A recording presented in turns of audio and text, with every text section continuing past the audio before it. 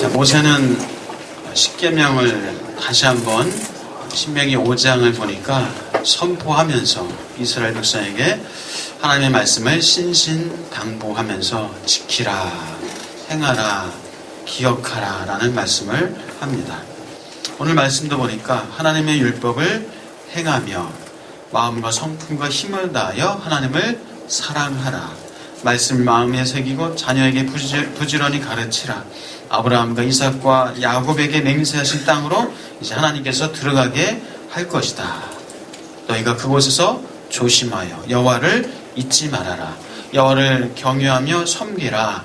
그렇지 않을 때 하나님께서 진노하실까 두렵도다 라는 말로 이스라엘 백성에게 당부를 합니다. 자, 첫 번째, 하나님의 율법을 사랑하며 하나님의 율법을 행하며 마음과 성품과 힘을 다하여 여호와 하나님을 사랑하라 라는 말씀을 해줍니다.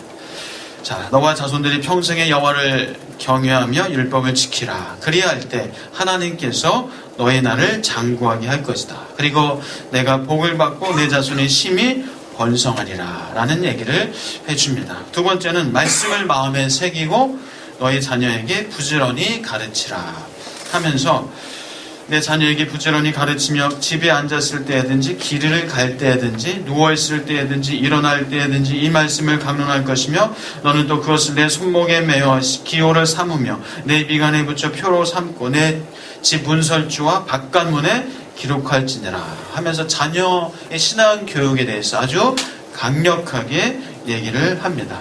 이것은 오늘날도 마찬가지입니다. 똑같습니다. 자녀 신앙 교육은 우리가 강조해도 아무리 강조해도 지나치지 않다라고 저는 생각합니다. 자, 그래서 오늘 본문을 통해서 이 자녀 교육의 중요성을 먼저 좀 짚고 넘어가고 싶습니다. 자, 자녀의 신앙 교육의 중요한 핵심은 말씀을 가르쳐주고 들려주는 것, 그리고 그 말씀대로 부모가 살아가는 것, 생활 속에서 자녀들과 함께 삶이 신앙이요, 신앙이 삶이 되도록 그렇게 살아가는 것이 가장 중요한 가정교육의 원리다라는 겁니다. 자, 그렇다면 우리가 좀 몇 가지 짚고 넘어가겠습니다. 자녀 양육, 여러분이 자녀를 기르시는 이유, 왜 자녀를 기르는가? 여러분 왜 자녀를 기르십니까? 낳았으니까 길러야죠. 자, 왜 자녀를 기르십니까? 그 목적이 뭡니까? 자녀 기르는 목적, 자녀 양육의 이유가 무엇입니까? 성경에서 이렇게 정리를 해보면요, 자녀 양육의 목적에 대해서 말씀을 합니다. 자, 우리가 자녀 양육을 왜 하는가 할 때 자녀의 성공을 위해서 합니다. 자녀의 행복을 위해서, 부모의 기쁨 때문에 자녀를 양육합니다. 물론 그런 부분도 없지 않아 있습니다. 그러나 자녀 양육이 자녀의 행복을 위해서 자녀를 기른다면은 자녀의 행복은 점점 멀어질 수 있습니다. 자녀의 성공을 위해서 자녀를 기른다. 그러면 오히려 불행한 인생을 살 가능성이 아주 큽니다. 부모의 기쁨 때문에 자녀를 기른다. 기쁘지 않은 일들이 더 많을 수 있습니다. 자, 자녀 양육의 목적은 그래서 부모의 행복도 아니요, 자녀의 행복도 아니요, 성공도 아니요, 나의 기쁨도 아니요, 자녀 양육의 목적은 그 자녀를 구별되게 기르는 것, 하나님의 자녀로 구별되게 거룩하게 기르는 것이 자녀 양육의 목적입니다. 자, 구별되게 길러서 하나님께 자녀를 다시 돌려드리는 것, 그것이 자녀 양육의 목적이에요. 그래서 자녀는 내 것이 아닙니다. 자녀는 내 소유가 아니라 하나님의 것이고, 그래서 하나님의 뜻에 따라서 구별되게 길러서, 하나님의 자녀잖아요. 하나님의 자녀답게 구별되게 길러서 하나님께 다시 데려가서 드리는 거예요. 자, 그래서 자녀가 내 것이다라는 것을 착각하지 마십시오. 결코 착각하지 마십시오. 자녀는 내 것이 아니라 하나님의 자녀요, 하나님께서 우리에게 맡겨주셨습니다. 그래서 하나님의 뜻에 따라서 구별되게 길러서 다시 하나님께 데려갈 수 있는 여러분 되시길 축복합니다. 결혼 왜 하십니까? 제가 몇 차례 질문을 드렸습니다. 결혼 왜 합니까? 행복하려고? 덕 좀 보려고요? 그 사람한테 좀 도움 좀 받으려고요? 배우자한테? 행복하려고 결혼하면요, 점점 행복은 멀어집니다. 그 사람 덕 좀 보려고 결혼하면요, 덕은커녕 큰 짐만 지고 살 수밖에 없습니다. 결혼은요, 성경에 보면요, 결혼은 왜 하는가? 하나님께서 결혼이라는 제도를 왜 사람에게 주셨냐 하면요, 도우라고, 섬기라고. 하나님께서 아담에게 하와를 돕는 배필로 주셨고, 하와에게 아담을 돕는 배필로 주셨습니다. 다시 말해서 결혼은 돕기 위해서 결혼하는 것입니다. 여러분, 돕기 위해서 결혼하셨죠? 혹시 그 마음이 아니라면 오늘부터 바꾸십시오. 나는 섬기기 위해서 결혼한 것이다. 나는 내 배우자를 돕기 위해서 결혼한 것이다. 그러면 하나님께서 행복, 기쁨을 부가 서비스로 주십니다. 보너스로 하나님이 주세요. 행복하려고 결혼하면요, 행복은 점점 멀어지지만 섬기기 위해서, 돕기 위해서 내가 결혼한다. 그러면 행복한 결혼 생활을 하게 된다는 사실. 그러니까 성경의 말씀이면 진리입니다. 사랑하는 여러분, 그럼 옆에 분에게 제가 도와드리겠습니다. 제가 섬기겠습니다. 자녀 양육의 목적, 또 결혼의 목적, 다 성경적인 원리가 담겨져 있습니다. 자, 오늘 본문에서 이렇게 자녀 양육에 대해서 아주 강조하면서 얘기하고 있는데요. 무엇보다도 부모가 모범이 돼야 합니다. 부모가 모범이 돼야 돼요. 부모가 모범이 된다는 것이 참 쉽나요? 어렵나요? 그것처럼 어려운 게 없어요. 부모가 모범이 된다. 참 말은 쉽지만 어려워. 자, 그러나 자녀에게 줄 수 있는 사실 최고의 선물이 뭡니까? 자녀에게 줄 수 있는 최고가 뭐냐면요, 용돈도 아니고 뭐 성탄절 선물, 이런저런 선물이 아니라요, 자녀에게 줄 수 있는 최고의 것은 바로 부모 자체예요. 부모 말고는, 부모만큼의 자녀에게 줄 수 있는 최고의 것은 없습니다. 자, 그래서 아무리 비싸고 좋은 선물 주어도 부모를 주지 않는다면 자녀는 건강하게 크지 못합니다. 그래서 여러분, 부모된 여러분이 자녀에게 부모를 주시길 바랍니다. 부모를 주시는 거예요. 그래서 부모가 모범된 삶을 살아야 돼요. 모범된 삶을. 여러분, 모범된 삶을 사시기를 축복합니다. 전문가들은 말합니다. 가장 강력하게 영향을 주는 것은 책, 말, 텔레비전, 영화, DVD 등이 아니라 부모의 행동이다 라는 말을 전문가들은 합니다. 자, 그래서 제가 완벽한 부모가 되라 라는 것이 아니에요. 완벽한 부모 될 수 없습니다. 진짜 부모가 되자라는 겁니다. 진짜 부모가 되라. 진짜 부모. 우리가 부모로서 실수할 수 있습니다. 잘못할 수도 있어요. 어떨 때는 죄를 지을 수도 있어요. 연약하기 때문에, 흠이 있기 때문에 잘못할 수 있어요. 그때 자녀에게 나의 실수, 나의 잘못도 인정하고, 용서를 구할 것이 있으면 용서를 구하고, 그것이 완벽한 부모보다 어찌 보면은 완벽한 부모 될 수 없습니다. 어찌 보면은 더 자녀에게 존경받고 자녀에게 인정받는 부모로 살 수 있다는 겁니다. 여러분, 부모 있습니까? 자녀에게 내 연약함, 내 실수, 잘못도 인정해야 됩니다. 용서를 구할 거 있으면 용서를 구하십시오. 그때 부모로서 존경받는 삶을 살게 되고 진짜 부모로 살게 됩니다. 자, 그래서 완벽한 부모가 아니라 진짜 부모가 되자. 그런 모범된 부모가 되자라는 말씀입니다.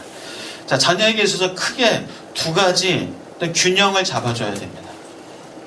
두 가지 크게 균형을 잡아줘야 되는데요. 자, 우리가 고속도로에서 차를 운전할 때도 고속도로는 좌우에 가드레일이 있어요. 그렇죠? 이 가드레일 안에서 거기서 속도를 내면서 달려갈 수 있습니다. 자, 우리 자녀 양육에 있어서도 두 가지 가드레일이 있어야 된다는 거예요. 그것은 뭐냐면요, 자녀에게 욕구를 충족시키는 가드레일, 또 하나는 순종을 가르치는 가드레일. 욕구 충족과 순종이라는 가드레일 안에서 자녀가 양육되고 거기서 자라가야 된다는 겁니다. 자, 무슨 얘기냐면요. 하나님께서 세상을 창조하시고 이 모든 만물을 사람에게 맡겨주셨습니다. 다스리고 정복하고 충만하라, 번성하라 라고 만물을 맡겨주셨어요. 다시 말해서 사람에게는 하나님께서 무엇인가 성취하고 무엇인가 이루고 소유하고 하고자 하는 그런 욕구를 우리 사람에게 주셨어요. 우리 DNA 구조에 하나님께서 그런 욕구를 주셨습니다. 그 욕구를 충족할 때 우리가 나의 자존감을 건강하게 갖출 수가 있습니다. 어렸을 때부터 그 욕구가 충족돼야 내가 얼마나 존귀한 자인가 라는 그런 자존감이 세워진다는 겁니다. 여러분의 자녀들을 욕구 충족할 수 있도록 그렇게 길러주셔야 합니다. 너무 누르셔도 안 돼요. 너무 억압하셔도 안 됩니다. 그러나 또 하나의 가드레일이 뭐라고요? 순종이라는 가드레일이에요. 욕구 충족이라는 그런 어떤 미명하에 순종을 가르쳐주지 못한다면 안정감을 잃어버립니다. 그래서 순종하는 아이로 기를 때 그때 그 자녀가 안정감을 갖게 돼요. 너무 뭐든지 다 방만하게 하게 내버려 두면요, 오히려 그 아이가 안정감이 없어집니다. 자, 그래서 욕구 충족의 가드레일과 순종이라는 가드레일, 이 두 가지 가드레일 안에서 자녀들을 기르고 양육할 때 그 자녀가 균형 잡힌 사람으로 클 수 있다는 겁니다. 자, 사랑하는 여러분, 축복합니다. 여러분의 자녀들을 이 가드레일 안에서 욕구 충족 또 순종이라는 가드레일 안에서 키워나가시는 은혜가 있기를 축복합니다. 하나님께서는 이 모든 만물을 우리에게 맡겨주셨지만 또한 무엇을 만들어 주셨습니까? 선악과를 만드셨어요. 선악과를 만드셔서 나는 하나님이고 너희는 사람이다 라고 하나님께서 그렇게 순종을 가르쳐 주셨습니다. 그래서 우리 부모들도 나는 부모고 너는 자녀다 라는 것을 가르쳐 주셔야 합니다. 자, 자녀의 욕구를 충족시켜 주시되 순종이라는 경계 안에서 자녀의 욕구를 마음껏 충족시켜 줄 수 있기를 다시 한번 축복합니다. 그래야 그 자녀가 자존감과 안정감이 균형 있게 커나갈 수 있다는 겁니다.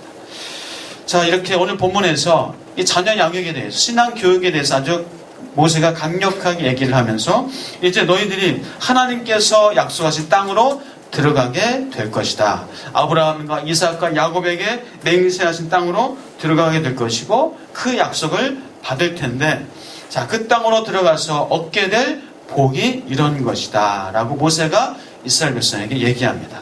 자, 우리 한번 성경을 같이 한번 읽어볼까요? 자, 이제 약속의 땅으로 들어가서 받게 될 복입니다. 오늘 본문 10절, 11절 같이 한번 읽어보겠습니다. 자, 시작.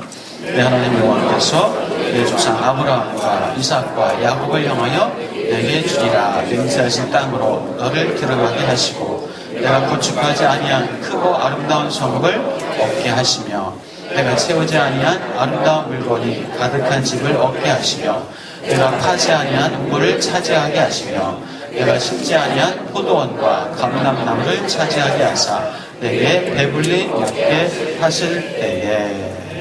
아멘. 자, 내가 건축하지 아니한 크고 아름다운 성읍을 얻게 하리라.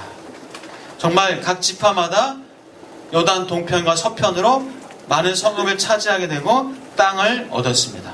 정말 그들이 건축하지 아니한 성읍을 얻었습니다. 대표적으로 여러분 여리고성 기억하시죠? 여리고성. 이스라엘 백성들이 짓지도 아니한, 건축하지도 아니한 그 여리고성을 그저 하나님께서 주셔서 그 여리고성을 얻었습니다. 그것이 대표적인 것입니다. 또 내가 채우지 아니한 아름다운 물건이 가득한 집을 얻게 하리라. 정말 가나안 거민을 쫓아내고 이제 전리품을 얻어서 이스라엘 백성들이 그 땅에서 살았습니다. 또 내가 파지 아니한 우물을 얻게 하리라.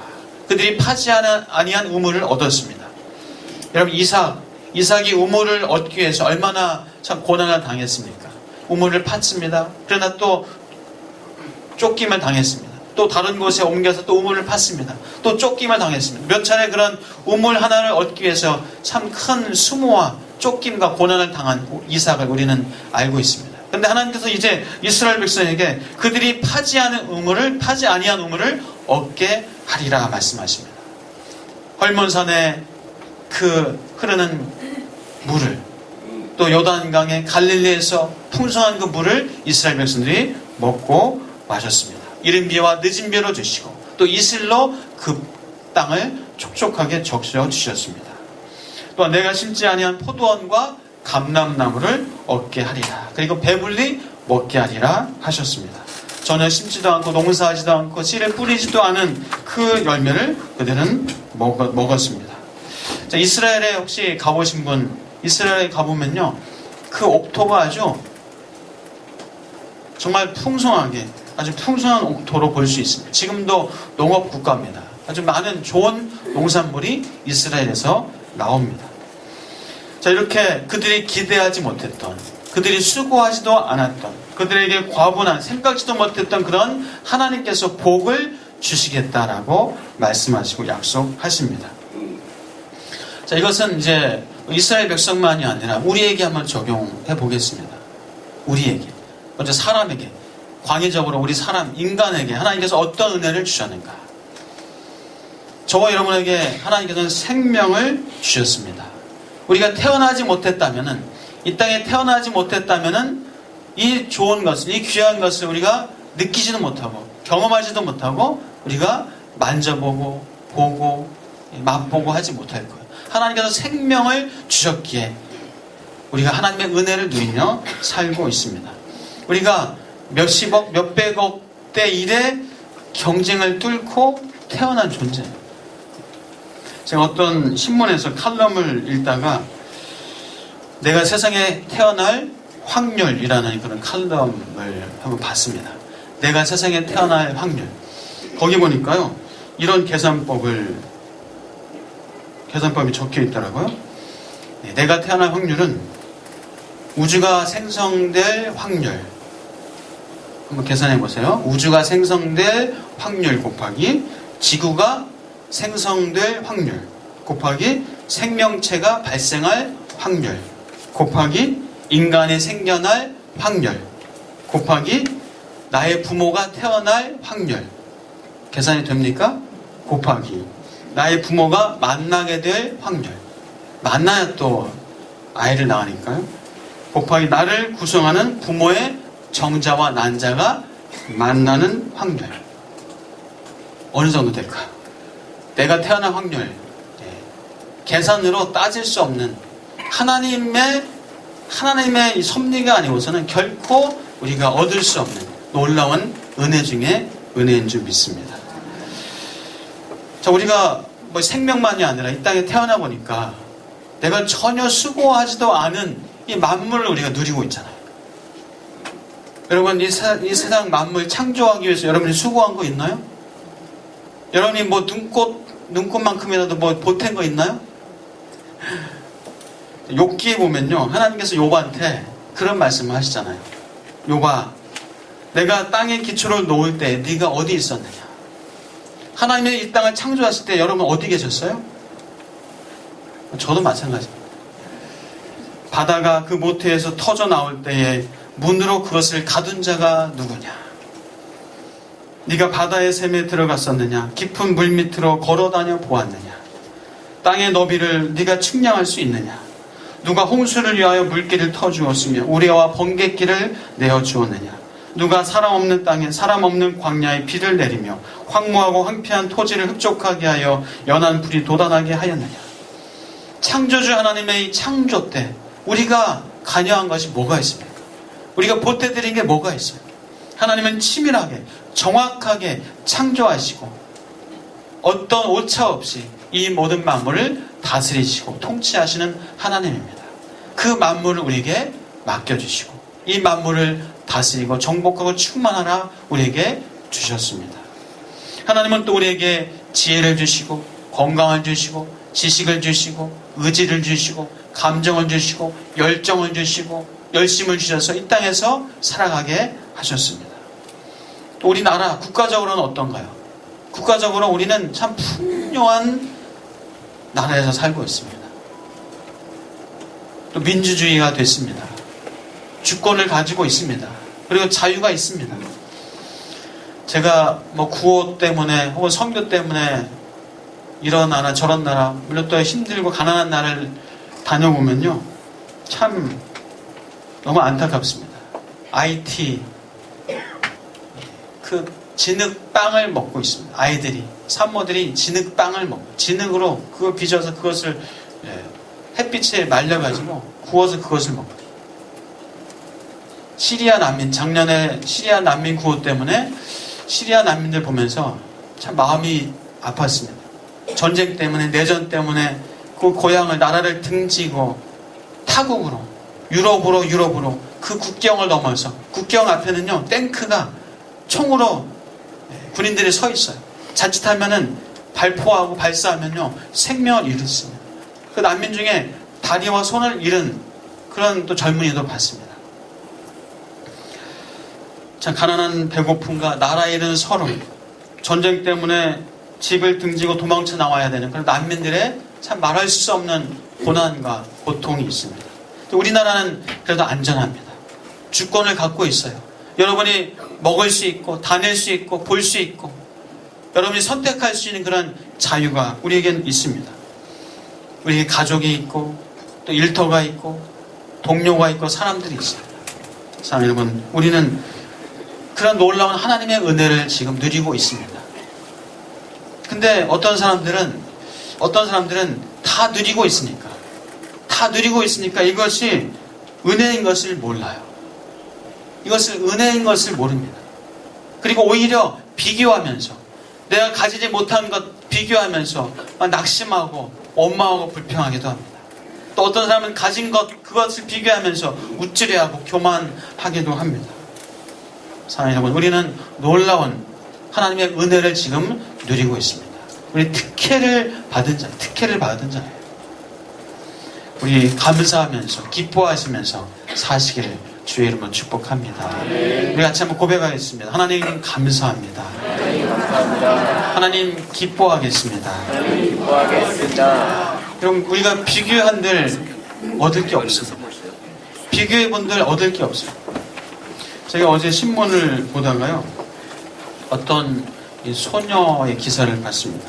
이 소녀는 뇌변병 2급 장애로 태어난 그런 아이였습니다. 선천성 뇌동정맥 기형이 있었습니다. 그런 기형으로 살다 1년 전에 뇌출혈로 발작해가지고 의식을 잃고, 그러다 5개월 만에 다시 의식이 깨어나고 기적적으로 회복이 됐어요. 근데 그 아이가 나의 꿈 목록 해가지고 엄마, 이제 전신 마비가 와가지고 엄마의 손을 빌어서 내 꿈 목록을 적은 것이 신문에 사진으로 이렇게 찍어 있는 것을 봤습니다. 그 목록이 한 몇십 가지가 적혀 있는데, 그 중에 이제 몇 가지 하면, 장관 상 받기, 한양대 시 낭송대회에서 장원하기, 이금희 아나운서 같은 멋진 나레이션 해보기, 에세이 소설책 내기, KBS 우리말 달인에서 달인 되기, 고등학교 때 등수 상위권에 들기, 노벨 문학상 받기, 그 중에서도 재밌는 게 날씬해지기, 그리고 또 하나 병 다 낫기. 이것이 꿈 목록 중에 몇 가지였어요. 그러다가 10월 말에 또다시 뇌출혈이 와가지고요, 의식을 완전히 잃어버렸어요. 지금도 이제 투병 중에 의식을 잃고 사경을 헤매고 있습니다. 그 옆에 이제 이 수많은 난치병에 대해서 이렇게 그 난치병 목록이 기록되어 있더라고요. 전혀 들어보지 못했던 병들이 많았어요. 버거병, 당뇨, 망막증, 마르팡 증후군, 고시혈병, 신경모 세포종, 에이퍼트 증후군, 선천성 대동맥 협착증, 크로이츠 펠트 야코프병 등등 많은 선천성 이런 병들, 난치병들 있었습니다. 우리가 이렇게 하루하루 하나님의 은혜 가운데 살고 있는 것이 얼마나 큰 복이요, 하나님의 은혜 받은 자임을 우리가 감사하고 기뻐하며 살기를 축복합니다. 무엇보다도 우리는 하나님의 이런 일반적인 은혜만이 아니라 특별한 은혜를 받은 자, 우리 하나님의 자녀로 구원받았습니다. 예수 그리스도를 만났습니다. 우리는 성경을 읽으면 성경이 이해되어지고 성경이 믿어지는, 성경 믿어지시죠? 그 특별한 은혜를 받은 거예요. 다른 사람들은 성경 읽어도 안 믿어진대요. 성경이 믿어지는 게 특별한 은혜. 우리는 무엇보다도 성령과 함께 동행하는 또 특별한 은혜를 받은 자들입니다.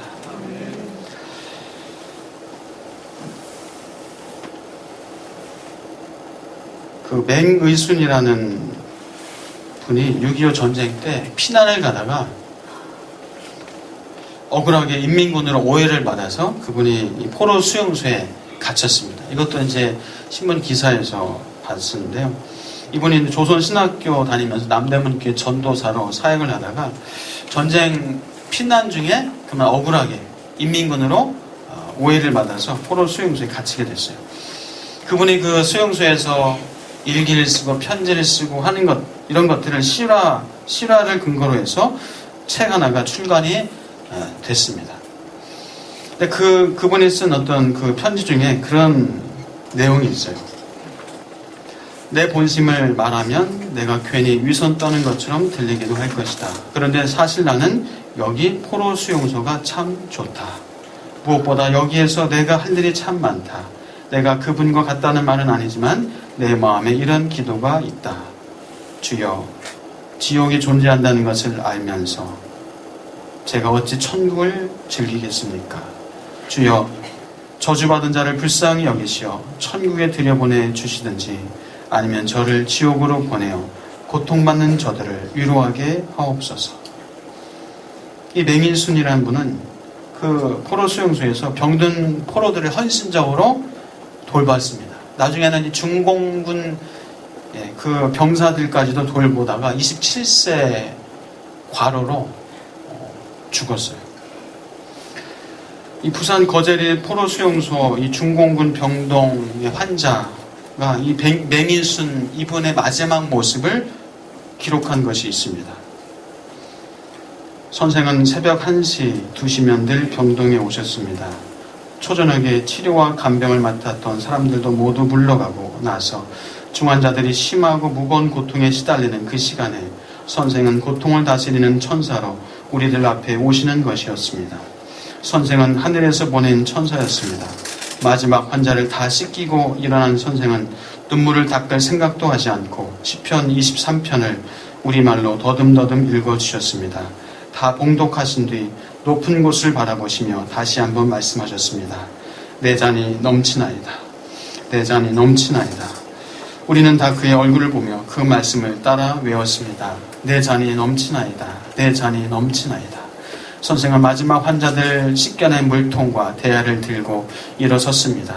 그 순간 먼 곳을 바라보시던 그대로 그 자리에 쓰러지셨습니다. 이분이 포로 수용소에 수감됐다가 석방을 하루 앞두고 환자들을 돌보다가 과로로 1952년 8월 11일에 숨졌습니다. 전쟁이라는 비극, 억울하게 포로 수용소에 갇히는, 그래서 이게 분노, 환자들을 돌봐야 되는 수고, 사실 별로 감사할 제목이 없잖아요. 오히려 원망, 불평, 탄식해야 될 상황인데 이분은 그럼에도 불구하고 내 잔이 넘치나이다. 내 잔이 넘치나이다. 라는 고백을 했습니다.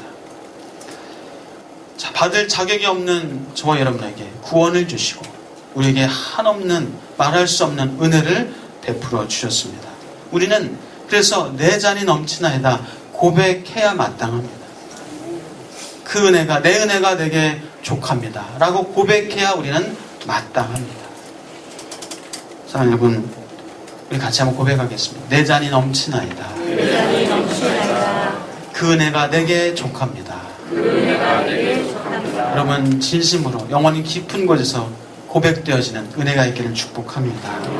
우리가 건축하지 아니한 크고 아름다운 성읍을 얻게 하셨습니다.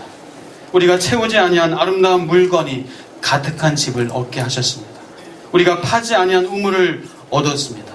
우리가 심지 아니한 포도원과 감람나무를 얻었고 우리는 배불리 먹었습니다.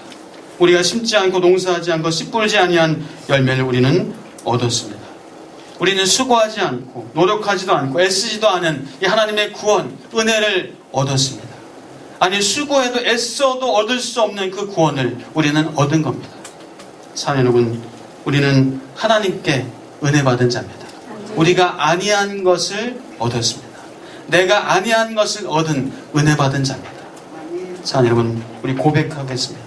그 은혜가 내게 족합니다. 내 잔이 넘치나이다. 기도하겠습니다. 하나님 감사합니다. 내가 아니한 것을 얻었습니다. 내가 수고하지 아니한 것을 얻은 자입니다. 내가 애쓰지 않은 것을 얻은 자입니다. 아니 내가 수고하고 애써도 얻을 수 없는 것을 얻은 과분한 은혜를 받은 자입니다. 하나님 은혜 받은 자로 살게 하시고 하나님 은혜를 받은 것을 우리 늘 감사하고 기뻐하며 살 수 있는 믿음의 사람들 삼아 주옵소서. 예수 그리스도의 이름으로 기도합니다.